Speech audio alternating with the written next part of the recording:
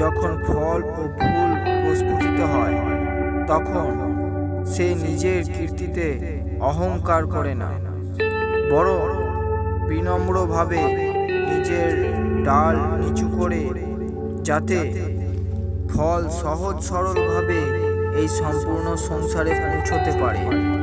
আর অন্যদিকে যখন ঝড় আসে, যখন বায়ুর বেগ তীব্র হয়, তখন সেই বৃক্ষ নিজের শিকড়কে আরো শক্ত করে ধরে থাকে, ডাল দুলতে থাকে, পাতা ঝরে পড়ে, কিন্তু বৃক্ষ ভেঙে পড়ে না।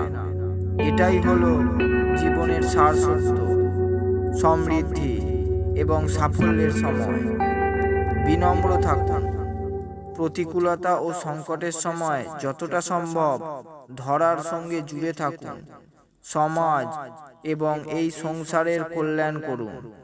সেই ফলদায়ী বৃক্ষের মতন হয়ে উঠুন। সে নিজের অস্তিত্ব দ্বারাই এই সংসারকে সুখময় করে তোলে, কারণ এই দৃষ্টিকোণ আপনাকে মনের পবিত্রতা, স্থিরতা এবং ভারসাম্য প্রদান করে। ও